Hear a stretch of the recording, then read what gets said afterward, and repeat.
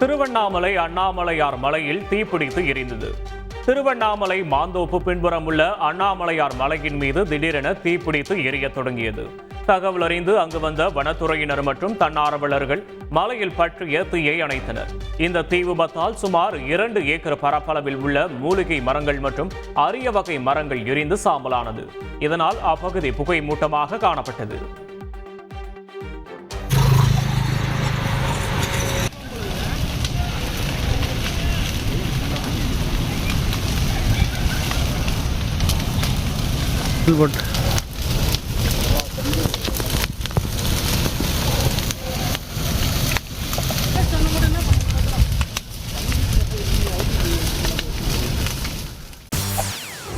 செய்திகளை உடனுக்குடன் தெரிந்து கொள்ள உடனே சப்ஸ்கிரைப் பண்ணுங்க.